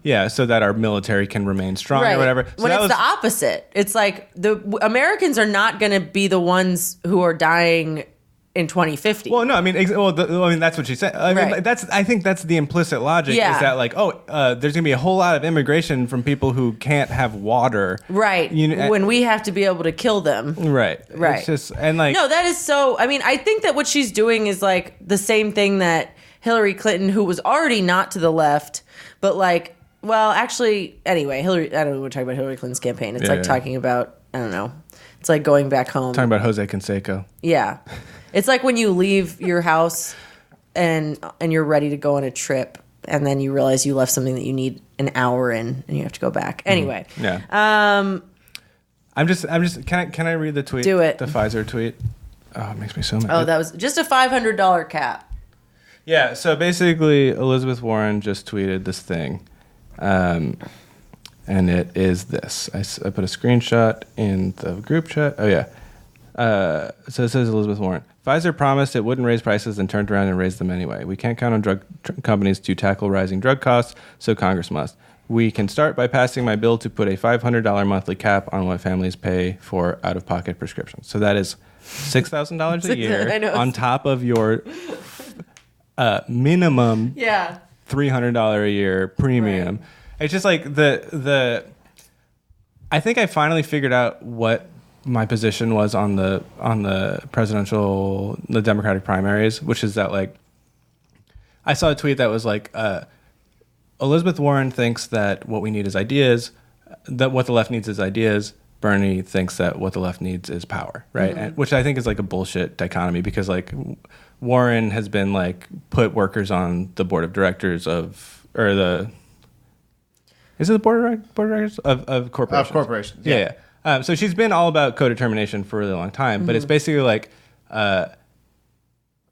I think what I realized is that Elizabeth Warren is relying on the ruling class to just grant workers power, and Bernie Wants to take it. And I think that is the key distinction between the two of them. Is like she's like, I mean, it pains me to admit this, but this is exactly what Nathan Robinson was saying when he was on the podcast. Yeah. Which was Elizabeth Warren does want to save capitalism. Right. She is saying this is the logical thing for the capitalist class to do, is to grant this power, because otherwise people are going to get really mad and they're going to take more than this. I know, I agree. I also think that like people just can't really, it's hard to conceptualize what unless your whole political career, which hers has not been, has been anti-establishment. Bernie's been saying the same thing forever. Yeah. So it's very easy for him, for no one to like him. More and more people have liked him forever. And he doesn't have anything to lose because he started with this position. But she's trying to reconcile, even though, as you were saying, her record is more left than her messaging. And, Which is, nobody does that. right. Right. But she's It's trying a to weird move for her. Yeah. But she really wants the presidency. Right. She can fucking taste it, and she's willing to make some compromises. And that's what is scary. And Bernie's 400 years old. He's like, I'm going to die 1 year into office. Yeah. Like, I don't give a shit. Exactly. Yeah. And so I think that's the scary part. But everyone who has a legitimate chance at the presidency is extremely old. Trump, Warren. Warren's Bernie. not extremely old. Yeah, I mean... Warren's not extremely old. She's like 60, right? Bernie has like 10 years on her. No. Warren's She's in her old. late 60s, right? Yeah, and Bernie's That's not like extremely pushing old 80. for a politician. For a president. Okay, it let's is. look at the difference. No, not for average until- age. What you're Trump, what you're yes, it thinking is. is Bernie versus Biden. I think Biden is at least as old as Okay, Bernie. God, Elizabeth Warren looks amazing for 70. She's 69. Yeah. But I thought she was like 60. But also, if she seems like she's going to live to be 90 at least. So Bernie is 7 years older than Warren. Wait, average age of American presidents. I actually think they've been old forever. Biden is 1 year younger than Bernie. So any Biden supporter who's like, Bernie's too old can suck my ass. But like, I'm not thrilled about voting for a 4,000 billion year old man. The average age of all 44 U.S. presidents who have taken office is just over 55. Yeah, Okay. but the lifespan of humans at the birth of this country was Up until now, 12. Ronald Reagan held the title as the But that's nation's also oldest president. He was 69. And it's including... Wait, really? Ronald Reagan was 69 when At he was the sworn end into of office. his... In the beginning. Okay, Yeah. Yeah, he had Alzheimer's by the end of it. Yeah. Ugh. But that's including like Reagan and Trump, who Yeah. got elected like as outliers for their age. Yeah. Everyone that has a chance is very old. I've said this a million times. I'll be very excited to vote for Elizabeth Warren in the general. If But it, yeah. if that comes to happens. pass, I'll be super stoked. Same. I don't think that anyone except for crazy ass like Marxist tanky online communists are like actually think that Warren is not a measurable like improvement from any of the other candidates besides Bernie. But But like she's still like comparing her to Bernie and like people who are like, oh my God, I cannot even think about the people who everyone who listens to this is listening to it because they already like us or Bernie Sanders. So it's stupid for me to even say this, but people who say that there's no material difference and that you only like Bernie because you're a misogynist is so fucking annoying. the really fun thing for me is people who talk about Bernie's like congressional record and like he's too much of a political purist to vote for anything and like he's never gotten any legislation. He's never accomplished anything legislatively. It's like he certainly has accomplished less legislatively than other candidates, but boy is he using his like presidential organization, his like sort of people on the ground thing to organize workers. Yeah. He's like fucking showing up to picket lines, which whatever, photo op, whatever. But like I don't think it's a photo op. I Well- really believe it because he's always done that. But it doesn't matter whether it's a photo op or not because he's using that money and that power to support right. these the worker fight movements. for 15 and yeah. Exactly. I'm not even gonna weigh in on if like the people if like there is an underlying misogyny like around support for him, but the idea that Bernie Sanders is anyone's idea of masculinity. Also, the idea That man like can't walk misogynist, upstairs. So, like, Sorry, go ahead. there are so many men who hate women who would prefer so many women to Bernie Sanders. Yeah. Yeah. Yeah. Because they hate. I will say- any man who hates women that much hates Jews more. I will say that relatively similar, spaces. In yeah, minds. Jews are not real men. I routinely hear people talk about, and this is mostly the case like closer to 2016, but I've routinely heard people talk about Hillary Clinton in like unassailably misogynist. Of course. Like she. Well, she was married to a rapist for a very long time. Well, whatever. I'm just saying that the people who are trying to frame Bernie supporters as Warren haters is the thing that really fucking gets my goat because like in terms of policy, Warren and Clinton are like black and white. and like Yeah. It's just like I don't know very many Bernie And there are still supporters people who are like, we just need a hate woman in Warren. office. There are still people who say we need a woman in office, which I think is so stupid. And I think we're all so stupid for still buying that whole thing of like, of course representation matters, but like what matters more for a president, because there are people who, if it was between, like, if realistically it was between Harris and Sanders, we're like, you know what? I'm a leftist, but I think, well, they aren't. But like Klobuchar and Sanders. But oh my God, Amy Knoblocher, as Jean Gautreau called her. Amy, I love that. He was on the podcast. John and Cyrus have a podcast where he's like, Amy Knoblocher. Yeah. Yeah, no, she's a horrible cunt. Amy Klobuchar is a horrible cunt. Honestly, Anyway. so is Kamala Harris. But keep going. So But- you're the point you're making is that people who would vote for Harris over Bernie on the basis of gender are Right. fucking Stupid. They're Okay. stupid people because representation does matter when you're casting a fucking movie. Mm-hmm. But like, if you're electing a fucking president of the wealthiest nation in the world, then no, it matters who's going to do the best job at it and who's going to, yeah. I think the only people that Also, anyway. the only people that think that kind of representation is the like end all be all of it don't really understand that they have skin in the game.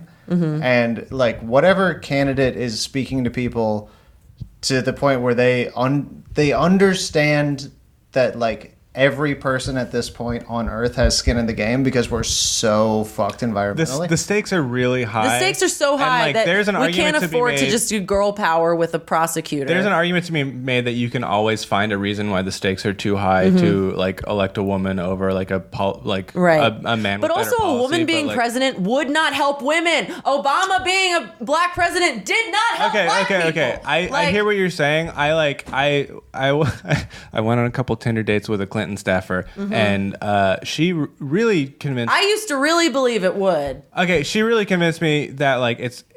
I think that by the fact that we haven't had a woman as president yet means that we are not mobilizing half of our like intellectual capacity Of course. as a nation. Right, but it because takes a long women time. Legit do not believe. It takes a long time to do that so that the women that we're mobilizing are like actual women who are representative of the women who are actually affected by politics and not women who have enough money to be Right. above whatever's happening politically. no, I mean, and you it'll have take to so create long. a political machine that the people And I- are at a part of. If Yeah. people are only like if we have this kind of representative democracy where the only time people show up is to get someone who seems like them into a position of power, then those people are not actually connected to any of the decision making that's going to be happening. If someone can mobilize people around a common identity and like whether that identity is class-based or like gender-based or race-based or whatever, if they can actually mobilize those people successfully to be a coherent body, then those people are successful politicians. But otherwise, they're successful like leaders. Yeah. Otherwise, they're just successful politicians. They're playing people based on what they know they can get out of And those some people. people expect and like don't think there could be anything better than that still. just the That was the least funny take I've ever had. dude. I like. Ooh, what was that? Was that you? That was I your just belly. farted out of my throat. No, that was a. It's usually bubble. me. It's yeah. It's usually Professor Reflux over here. That's the sound that gets made by someone's like body anytime they've said something that was more intellectually ambitious than they can actually achieve. Yeah, I just like I think that I for a really long time have avoided feeling this way, but the idea that it's like I have a friend bordering on acquaintance. Like I haven't talked to her in a really long time, but she's a Guardian columnist now, and she said this thing about how Elizabeth Warren is outflanking Sanders from the left, and her argument was entirely like identity politics. Oriented, obviously, because how else can you make Right, that argument? right. And like with the stakes as high as they are, the idea that like someone who's like more corporation friendly could possibly outflank a labor organizer from the left is fucking insane to me. Like, there's just, I don't know. Yeah, the best take I've seen on this is Alicia Hawks. You know Alicia Hawks? Mm-mm. She's the only person who should be able to survive my improv genocide. Because also she's been... Well, that's not. I don't think I was recording that. Sadly, you fucking. Oh, I laid into improvisers, and I will reiterate. I said that good improv was better than good stand-up. Oh, and God. everyone in the room. Michael has to quit stand-up me. now legally. He either has to. I haven't done stand-up in so long. I like the last stand-up the show I did was when I forgot my jokes at Benjamin's show. So it's Here's what Alicia said. Thank God. On her Facebook. I prefer Sanders to Warren because Sanders is unequivocal about Medicare for all, and Warren has been hard to pin down. Also, Sanders wants to change the system more drastically, whereas Warren wants to work more within the capitalist market framework. Yep.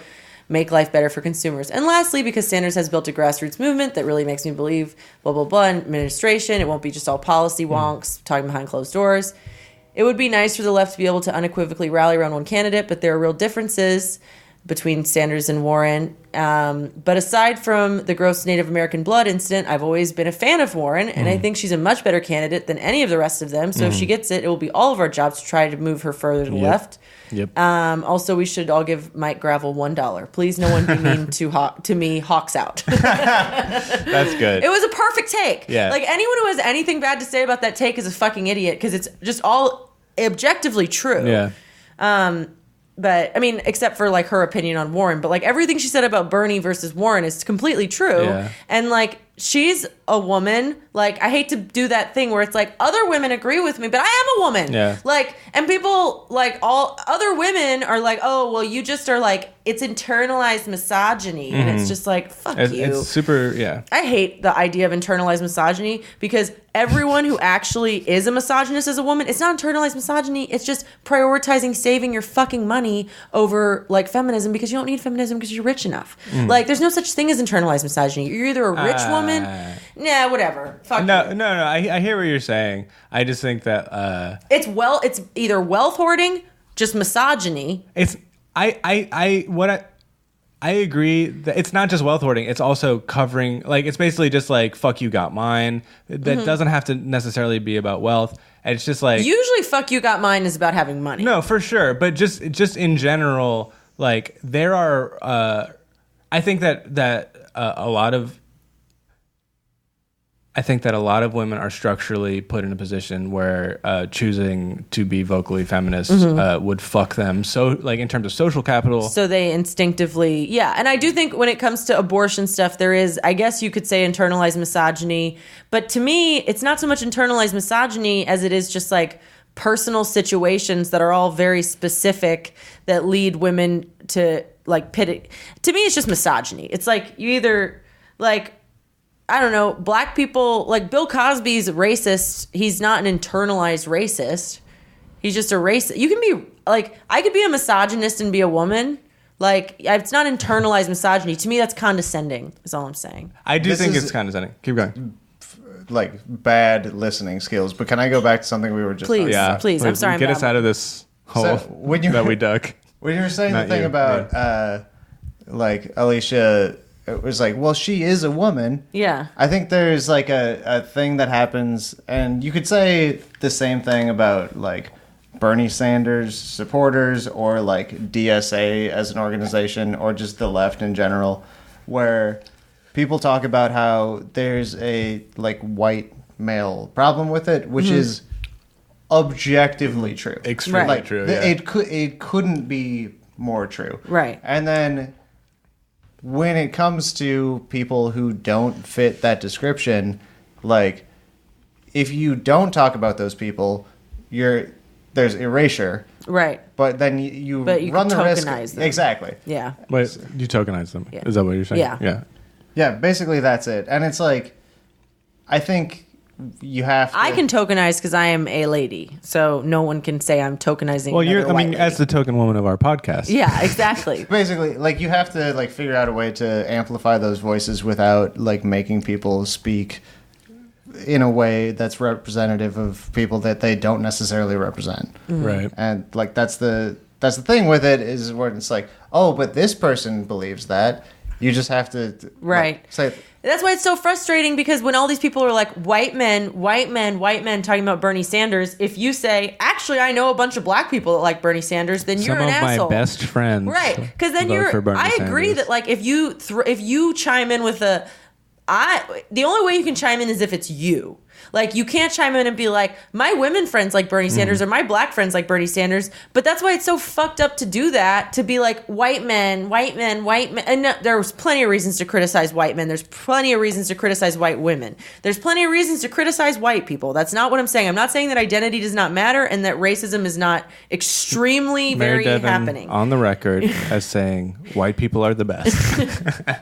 No, white people are bad. I understand. We're all inherently racist. Yes. But most of the people talking about white men are white women. And as Ted Orphan points out, even though part of me thinks that he's a little bit sexist, his joke is true that, like, yeah, I mean, I love Ted, but I do love Ted. But I'm just saying, I think that part of his joke is gleefully shitting on women. However, it is true that white women are basically just as privileged and bad as white men as a block, as like a political block. Like, white men or white women are just as responsible for murdering black people, like just as responsible for like. Anyway. Yeah, and I mean this is why people have rightly pointed out several times that like the like Nate Silver class of like statistical wonk putting women period as a voting block or whatever is fucking insane. Or like making no economic distinction between white women makes no fucking sense. It's just like, I think that's why some women are so obsessed with abortion, because it's the only thing that like unites us, like through,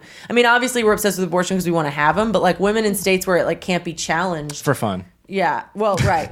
Well, women in states where it's not going to be challenged, where it's always going to be legal unless there was a fucking federal amendment banning abortion, unless there was like opposite Roe v. Wade banning abortion, which won't, like, knock on wood, happen. Okay, can I just, I'm sorry, this is a total, I'm thinking about like two football teams. You got the blacks and the whites. What I'm saying is that like, you know what? Fuck this analogy. I'm gonna dial it back. Did you just realize you don't know anything about football? No. The point is that the idea of gender as a voting block, as a statistically relevant thing, is like people named Michael in two football teams playing against each other. Do you know what I mean? It's just like, yeah, there's people who. Why would you fucking fuck with that? Why would you care about that stat? Like there's people who have economic power and people who don't have economic power. There's workers and there's bosses, like whatever. The fact that two of them share the same name is bullshit. Right. Like, obviously that's an oversimplification because gender I mean, there are things that, but like, I mean, I would say that like when it comes to women, I definitely think I can connect to women that the only thing we have in common is that we're women versus like having. I don't know. People named Mary Devon, you would have a lot in common with in terms of people call us Mary. I actually friended both of them on Facebook. Keep going.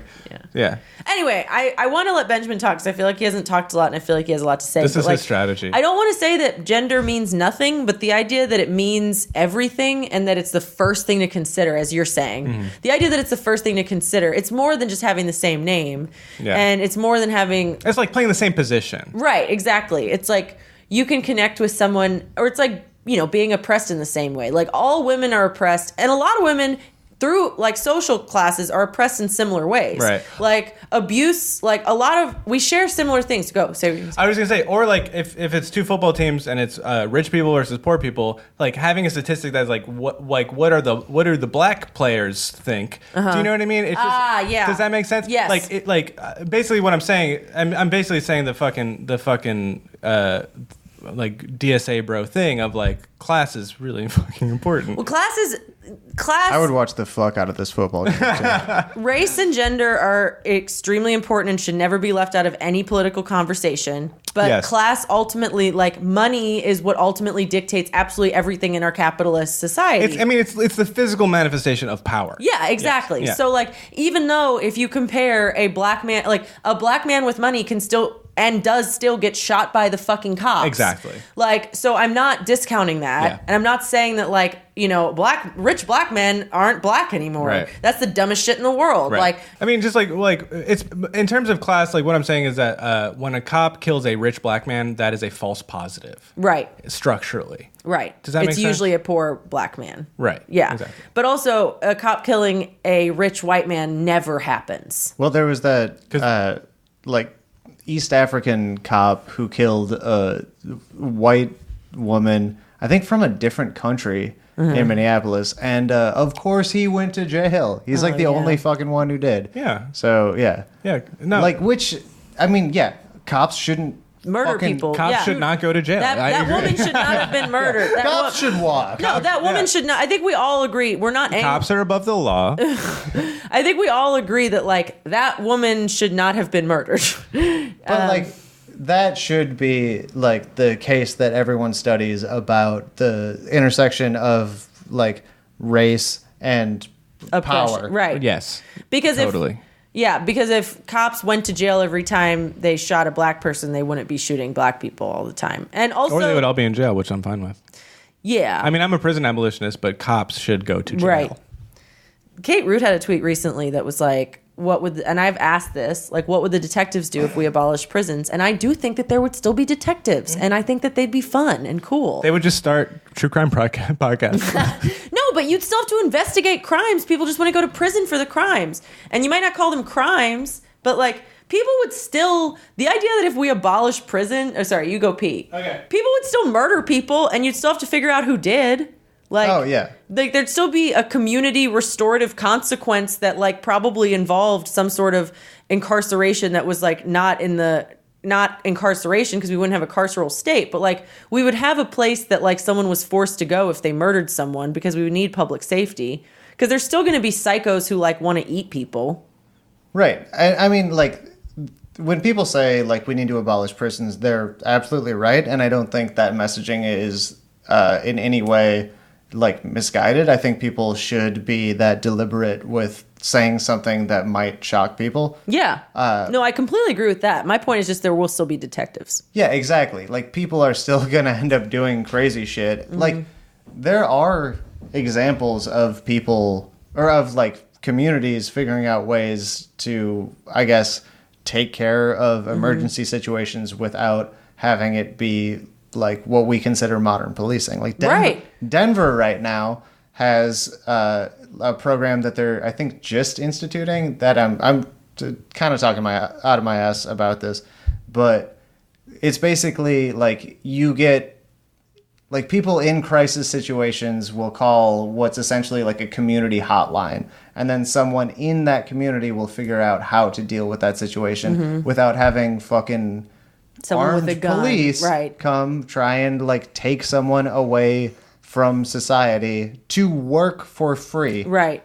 Yeah, I think the reason a lot of people are afraid of the idea of prison abolition is that people's first reaction when you say that you hate cops is always like, oh, well, then who are you going to call when you're being, you know, raped or murdered? And it's like, okay, well, first of all, if I'm being murdered, I will call the cops. But how often do people actually get murdered in a horror movie style situation? Not often enough to even really fucking consider that it's like something that's... And how often do the cops really help? show up. I mean, I do think that if you were like, there's a murderer in my house, even in New Orleans, the cops would show up within an hour. But you'd probably want your fucking neighbors to come first. Yeah, because exactly. they're across the street. Right. But I do think that, like, I would call 911 because people... Yeah, I'm not sure. If there's a home invader, I'm not If you're- saying don't call the cops. Yeah, I think but, that like- when we all say don't call the cops, we mean don't call the cops if you're worried about something getting... If you're worried about your property, or if you're worried about, like, someone being loud, or, like, someone wearing a hoodie, then, like, don't call the fucking cops. But if you're in physical danger and, like, someone has a... You know, someone's trying to murder you, I don't think any of us... The thing is, it's like there would be a service. It just would be in probably unarmed, or, like you're saying, like a community task force of, like, people who are going to be restorative in their approach. So, like, the idea of being punitive rather than restorative doesn't help anyone. So you can, like, do a bad thing, and also, like, less of this stuff would happen. But You should probably... I think what we need to do is we need to arm Jimmy John's drivers, because they have to get there quickly. Okay, so here's what I'm going to say. So I know that, like, people talk about Scandinavia. Norway's in Scandinavia. Yep. Yeah. No? No, it's Delaware. I almost just slapped Michael in the face. Ecuador.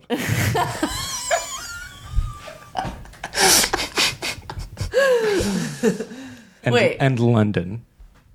Those are the three Scandinavian I have states. a point about Norwegian black metal after this, but I have to pee. Okay. Okay. Go ahead. Okay, I see. Benjamin just put his finger and his index and middle finger into the back of his throat and made eye contact with me for several seconds. No, like to my Adam's apple. And MD just showed up with the bottle of vodka. Oh my god, that's so far. Yeah, Benjamin's proving to me that he doesn't have a gag reflex, and I am now. I do, but I can't throw up, but I can gag. Yeah. I used to be able to throw up. Be able to. Like make myself throw up. Yeah. I can't anymore. It's weird. Yeah.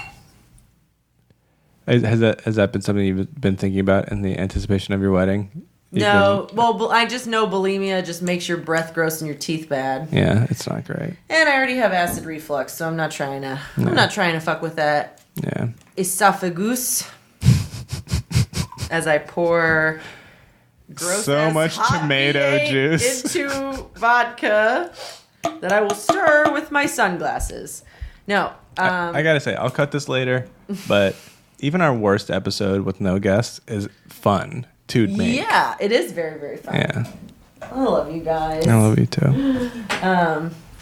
So, also, I have such bad... I was just, like, trying to make my camel toe less bad in these pants, and it's impossible. I will say I did not notice your camel toe once this whole time. Really? I noticed your pointy nipples. Well, but yeah. other than that... I'm not wearing a bra. MD is using the arm of her sunglasses to stir her V8 and vodka, which I refuse to call Bloody Mary. It's a high school Bloody Mary. Yeah. If you're sophisticated enough in high school, too. Yeah. If your palate... Yeah, and also you could tell that MD still has a gag reflex because she didn't put the whole arm in her mouth. She fucking very carefully. Meanwhile, Benjamin is just like putting I'm just finding any phallic object. My mic stand throating, into his throat. Just throating. Yeah. Oh man. So you're on Always Tonight. Yes. It's your show. Yep, I'm hosting. Yeah.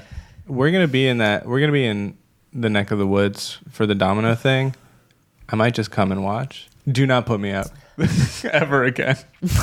Oh yeah, you're Have on you the quit comedy spreadsheet after for even sure. one bad set? No, you little bitch. No. I'm not quitting. What I'm saying is that don't surprise me with an offer of a set because I will say yes and then I'll eat shit. That's how I feel. I was so happy when you did that the last time when I was super drunk and high, and I said no. Now today the key is I'm only drunk. I was also like, you can go if you want to. You don't have to. No, that was the offer. No, you're not pressuring us. It's the fact that you. It's like being like, do you want offered, candy? Yeah, exactly. And having to say no to candy. Exactly. It's like if you're on a diet and someone's like, you want to go get a shrimp po' boy? It's like, no. Yes, I do. Thank you. Yeah, and then they're mad at you. Oh man, I'm hosting Fuck Yeah forever now. Wait, really? For the indeterminate future. Why?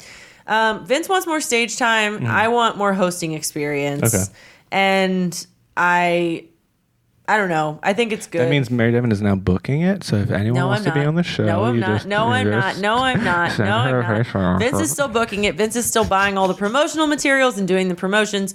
But I'm going to be hosting it until I'm comfortable. So it could be anywhere from a few months to a year. If you feel like you haven't been getting enough stage time in New Orleans, Then literally I'll shave my ass and you can eat the hairs from my bathtub. I actually like hosting, and it's because of my alcoholism. Because like all that you have to do after you do your host set is just like not get high or drunk enough to fuck up your friend's name, the order of the show, like very, very basic things. Yeah. And like last night I got not drunk at all, but extremely high because I smoked the weed of someone who will literally murder someone if he's not high off his fucking ass. Like he works at Dragon's Den and I love him. But if a man has a name that is also food, he could kill you with his hands. So whoever works at Dragon's Den and is named Taco. It's Bean. Anyway, but he is like such an... That's a man named Borscht. It's a man named Borscht. It's a man named Potato. It's a man named Club Sandwich. Carrot Head could not kill you with his hands. Carrot Top? Carrot Top. Carrot Head. Actually, Carrot Top absolutely could kill me with his hands. Really? Is he swole? Did y'all see the? He's famous for getting hella plastic surgery and going on the most steroids. I'll show you Carrot Top. The reason that people started murdering each other in Norway, like murders will happen even if there is not a prison, like even if there's not an American carceral state, even if there was no carceral state, there will be psychos who get bored and murder each other. Mm-hmm. And so someone's going to need to look into that and be like, hey, stop being such a fucking weirdo. Yeah.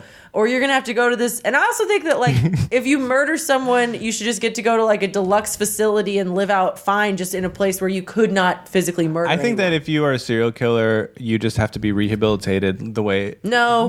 Oh, okay. The way everyone else is entered into society, which is if you're a serial killer, you have to start at pre-K all over again. Killy Madison? Yeah. Yeah, and then you just work your way up through the grades, and that nothing could go wrong. What could go wrong? Yeah, you know? There you go. You know, just John Wayne Gacy in pre-K, learning to color, learning sharing is caring. Yeah, I mean, like, if there was a way to just only employ people to, like, non-rehabilitate, but just, like, section off, like, if there was a way to, like, civilizedly... No. We're gonna run this back. If there was a way to ostracize dangerous people, civilizedly ostracize, like people who were like John Wayne Gacy or Jeffrey Dahmer, like they shouldn't be murdered, and they shouldn't be. I don't think there's any benefit to putting these freaks in, like, you know. Whoa. Yeah, whoa. I called Jeffrey Dahmer. Dude, freak. You are a SCRF, serial killer exclusionary radical feminist. Anyway, if they're these freaks, Jeffrey Dahmer. There's no reason to be mean to them. I think that they should have nice stuff. I just think that they should be away from people and not able to kill anyone. They should have a Nintendo Switch that does not connect to the internet. I don't think punishment's an effective form of anything. I agree. Like, I think everyone should be fine, but, like, if you're dangerous, then you shouldn't get to be around people. Yeah, I agree. I think that like... besides professionals. People who are raised Catholic are uniquely positioned. I mean, Benjamin is in this demographic, but I was going to say uniquely positioned to understand that being punished doesn't accomplish anything but the opposite of what it is trying to accomplish. That's the reason it makes you, like, being spanked for having sex is the Catholic model. I was on a leash as a child, and I asked Jeff to slap me in the face all the time. Exactly, yeah. All right, that's good. Yeah, thank you for listening. Mwah.